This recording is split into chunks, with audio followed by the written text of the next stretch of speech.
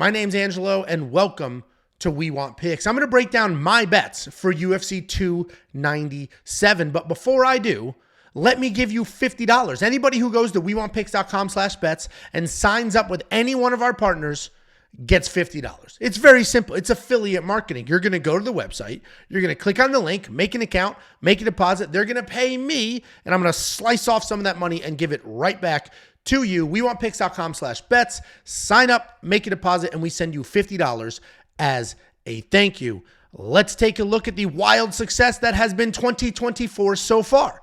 Jacob and I gave premium members 5.7 units of net profit from the last card. That is a 48% combined ROI. I gave you 45% ROI from all of my bets. Jacob gave you 51% of ROI from all of his bets. The premium member safety parlay hit.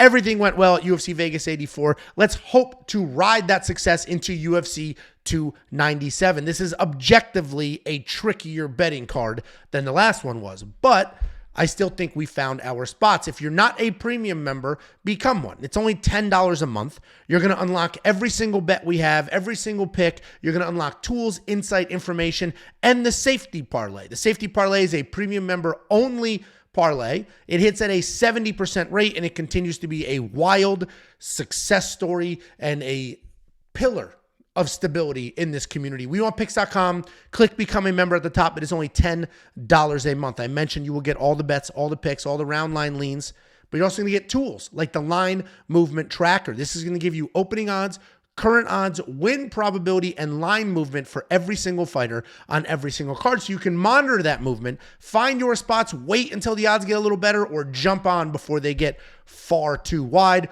You're also going to get detailed data, metrics, and analytics. This is a spreadsheet, 38 columns of information for every single fighter on the current card. And where I like to use this is to find spots for the prop bets. On Fridays, BetOnline, DRAFTKINGS, and a few other books drop prop bets for significant strikes and takedowns. And this spreadsheet, you work your way across, tells you exactly how many significant strikes a fighter lands, tells you exactly how often their opponent is hit, tells you exactly their takedown defense, how many takedowns they're averaging, and you can use all of that information to do the over, the under, or hit those lines up for those prop bets. All of this and so much more, WeWantPicks.com. Click Become a Member. It is only $10 a month. It is the greatest value in this space. This isn't some dork's Patreon. This is a fully interactive, built-out website with everything you have ever needed to have success watching fights. WeWantPicks.com. Click Become a Member at the top.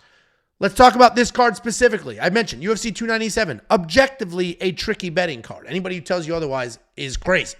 This is a hard card. Typically, you get a pay-per-view, a whole bunch of easy favorites, no problem, ride them to the glory land. That's not this card. There are not a whole bunch of obvious easy favorites. There's a ton of live underdogs. So before I give you my actual bets, let's talk about that. When we talk about confident favorites, I like Movsar Evloev. I think his wrestling is going to be too much for Arnold Allen. I have praised Arnold Allen's takedown defense this week. It sits at 78%. He has defended 15 takedowns in a row. He's gone since 2018, defended 15 takedowns, hasn't been taken down one time. But you look a little closer, none of those guys were nasty wrestlers. They were all strikers that would try to work in some wrestling. I think Movsar's nonstop wrestling pace is going to be too much. He can also strike. He's not just like a one-trick pony. Movsar can strike. I think it's a Taekwondo background, something to that effect, but he can strike. He will hang out, and then he'll work his takedown. So I think Movsar wins a pretty boring decision, but I think he's going to do so with a lot of grappling. Jasmine Jasudavicius, two things here. One, she is my most confident fighter on this card. She just is. Not only is she excellent, and she has a very robust wrestling background, but her opponent kind of sucks. Priscilla Caceres got power in her hands, and that's sort of where that ends. She's got nothing to offer on the ground. Her technique is not very good. She literally just has power in her hands. And as long as Jasmine doesn't stand there going strike for strike, she should dominate this fight. Two, they moved the weight class. Priscilla had trouble making weight. They've announced this before the weigh-ins. So this was trouble for the last few days. They negotiated it. This went from 125 to 135 because Priscilla was having trouble making 125. I don't know how much that matters because it's not like Priscilla leans on her cardio to begin with. I mean, she stands there, she bangs, and that's sort of it. I just think obviously that's going to help Jasmine a little bit. knowing her opponent was having trouble making weight and gave up a few days ahead of time. But Jasmine's my most confident pick on this card, and that just is what it is. Then we got Mike Malott. Very confident in him as well. The only reason I am not all in on Mike Malott this week is because he has never been to a decision. He is all finish wins, and we saw that with Gabriel Bonfim. And as soon as things got a little tough, that dude broke in half and folded over real fast. I don't necessarily think that's going to be the case with Mike Malott. He's a young guy, seems to be in incredible shape, doesn't slow down. He can strike, he can grapple, he can do all the things, and he is fighting a much older Neil Magny. Neil Magny is a tried and true vet at this point. He's got some tricks up his sleeves. Neil Magny's losses are to some of the best fighters on the planet. He has not lost to a young prospect. So this is new territory for both of them, if you will. But I do think Mike Malott's just going to be too young, too much energy, too much cardio, too good of takedowns. I think he's going to take Neil down and just work from there and get it done. And we talk about solid underdog. This whole card is riddled. You could say Neil Magny's a solid underdog. You could say Arnold Allen's a solid underdog. But let's talk about some solid underdogs that I actually have some faith in. Dricus du Plessis. This line is moving. He went from solid plus money to he may close as the favorite. People may see them at the weigh-ins and be like, oh shit, Dricus is huge. And he may flip to a favorite. But as of right now, he's a slight underdog at minus 103. The reality is our comment section is riddled. It's split down the middle. Half the people, Sean Strickland wins. Dude, we got people writing essays. Well, if you think, shut up. Anyway. Half the people insanely confident Sean Dricus is overrated. Sean Strickland's the man. Look who he's beaten. He's incredible. Then we got people. Somebody said Dricus is a generational talent. Dricus is phenomenal. He's too good. Sean Stucks. Everybody is 100% positive in their opinion on this fight. And that's what makes this sport so incredible. Half these people are going to be embarrassed Saturday night. But the reality is, whoever the underdog is in this fight, whether it's Sean at closing line or Dricus, there is a live dog in this fight. This is a very close fight. This should be 50-50. We got Sean Strickland, who will be the more technical, better, more experienced fighter. Then we have Dricus du Plessis, the far more dangerous, relentless forward pressure fighter. If Sean can't dictate the striking pace, Dricus will win. If Dricus is backing up and Sean's just marching forward, doing that Philly shell boxing, then Sean will win. Either way, right now Dricus is the dog. He's a solid underdog. Then we got Marc-Andre Barrault, plus 155. I personally think he wins. I will show you my bet on him in a minute. I think Marc-Andre is just going to pressure forward and stay in Chris Curtis's face. Chris Curtis is a counter striker. So yes, that plays directly into Chris Curtis's game plan and his strategy. He likes backing up. But I think Marc-Andre is a little too tough to get caught with a check left hook, which is what Chris Curtis has. And I think the judges are going to hate watching Chris just back up the whole time. This is exactly what happened when Chris Curtis lost to Jack Hermanson. Jack came forward. Jack stayed busy. Chris lost. Chris threw a temper tantrum. That was the end. I think that's exactly what's going to happen here. Raquel Pennington, plus 139. I think she's a solid underdog as well. Now, I fully understand. She's not very dangerous. She's definitely not the more dangerous fighter in this fight. Her opponent, Mayra Bueno Silva, is probably the most dangerous woman in this division right now.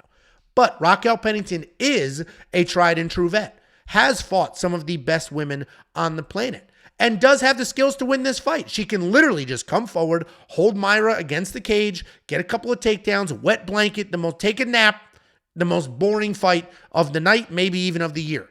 But she can win that fight. We just watched Mayra Bueno Silva get held against the cage for 5 minutes in the first round against Holly Holm. Yes, she pulled off a submission in the second round, but she was just held against the cage going absolutely nowhere. I think Raquel Pennington can win this fight, and I think those are good odds for somebody with that experience level who has been fighting at this level for that long. Sean Woodson. Listen, everybody loves Charles Jourdain. He is absolutely going to be the fan favorite, without question.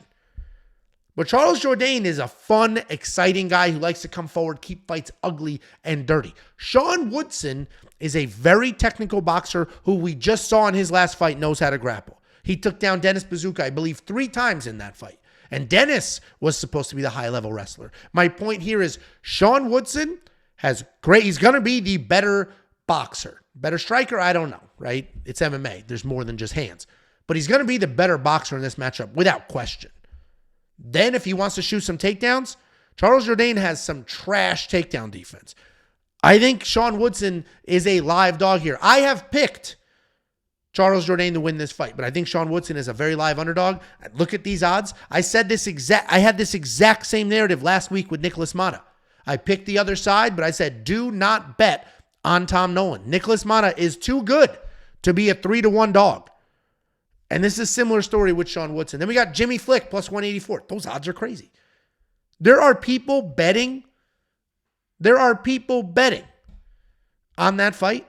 Gordon, a guy who was just finished in under a minute in his last fight. That's crazy. We have two grapplers going at it. Jimmy Flick's the better grappler.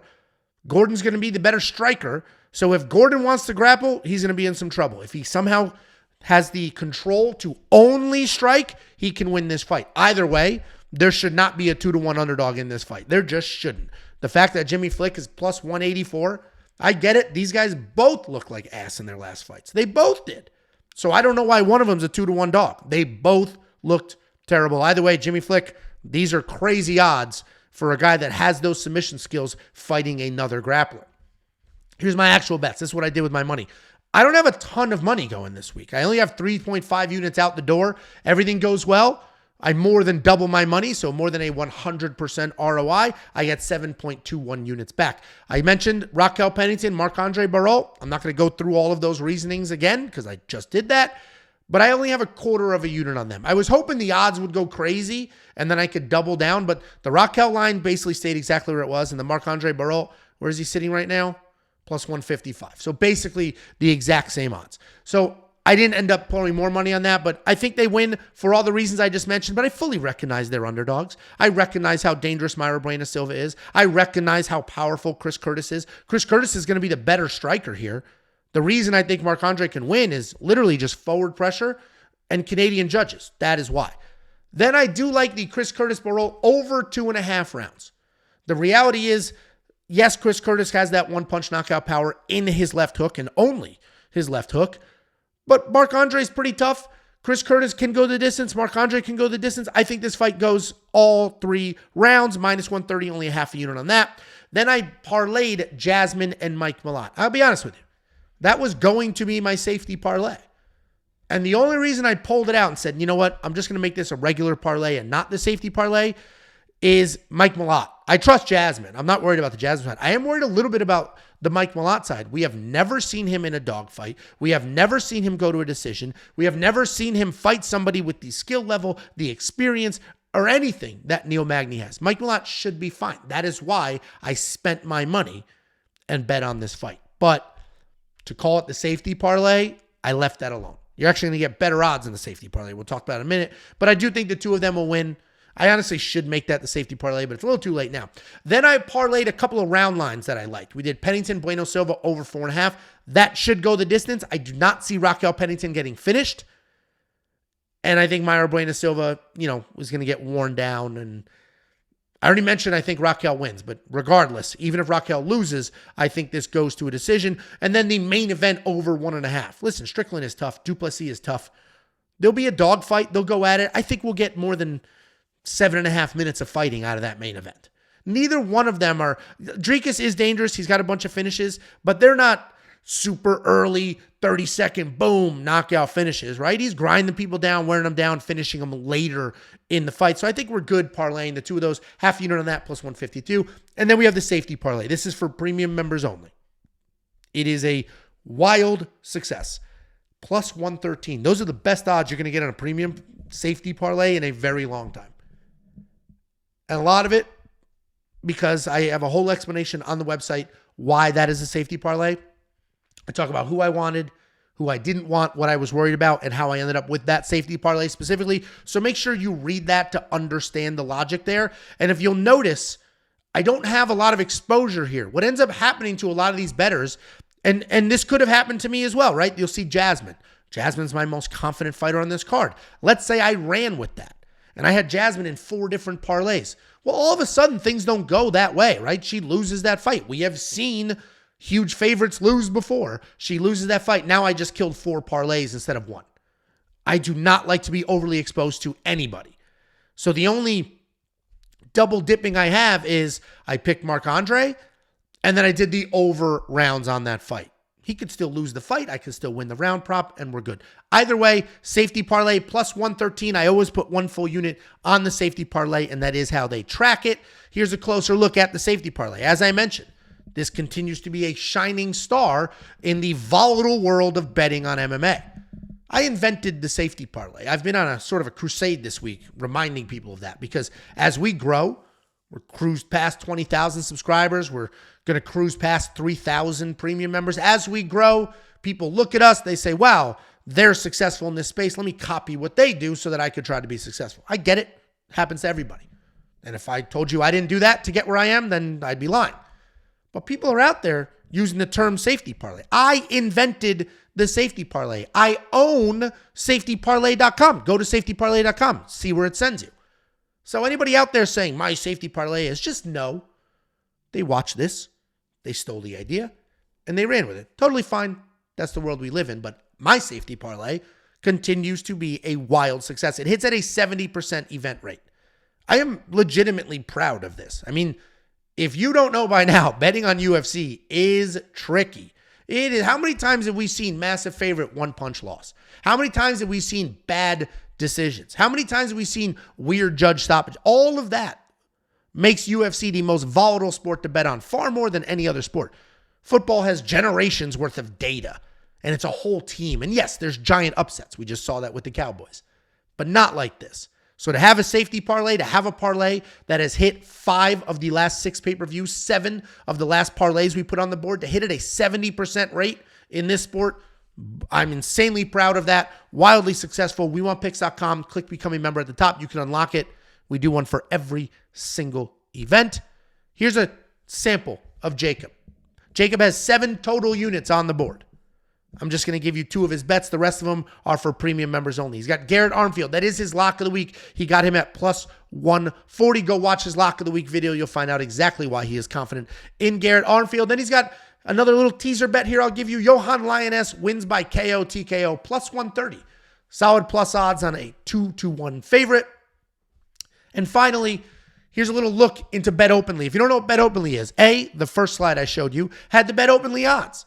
And you're going to notice they have better odds than sportsbooks. And that's because BetOpenly is not a sportsbook. It is person-to-person betting. And you can literally take my money. You can literally take Jacob's money. He bet on the lock of the week. He bet on Garrett Armfield. So you can grab the other side of that bet and bet on Brad Katana. And if you're right, if Brad Katana wins, you literally take Jacob's money. You're not betting against the house. You're betting against Jacob. He makes a deposit. And then if he wins, he takes your money. If he loses, you take his money that he deposited. Same exact logic with the safety parlay. The way parlays work with BetOpenly is you end up being the house, if you will. I have 2 fighters in the safety parlay. If either one of those fighters lose, the safety parlay breaks and you take my money. And they just added a new feature called private bets. So you can direct bet someone. Previously, like we have with the anti-lock of the week and the anti-safety parlay, I put a bet, I put it out in the universe, I share the link. Anybody in this world can grab the other side of that bet. And that's beautiful. But now, you and your buddy gets into an argument in my Discord. We don't allow betting in the Discord. The only betting we allow in the Discord is through BetOpenly, and that ensures everybody pays up the way that they're supposed to. Nobody's going to make these wild bets and then disappear forever. So anyway, now we have private bets. You can make a bet, custom odds. You could say, I'm so confident in Dricus du Plessis, I'll give you minus odds. I will make Dricus the favorite. I'm that confident in him. I'll give you Sean Strickland at plus 190. That's how confident I am in Dricus. And then you make the bet, you put up your money, you share your link with your buddy takes the other side. They just add that. You click create bet, and then you have 3 options. Bet with everybody, instant DFS prop bets, and then direct with friends. The direct with friends is how you do that. Check them out. You can just go to betopenly.com or WeWantPicks.com/betopenly. You're going to get better odds, and it's a great way to settle arguments with random comment section strangers on the internet. And don't forget about the $50. I'll send you $50. We pay out a couple $1,000s a month. Just go to WeWantPicks.com/bets. Use my link to sign up with any one of our partners, make a deposit, and we send you $50 as a thank you.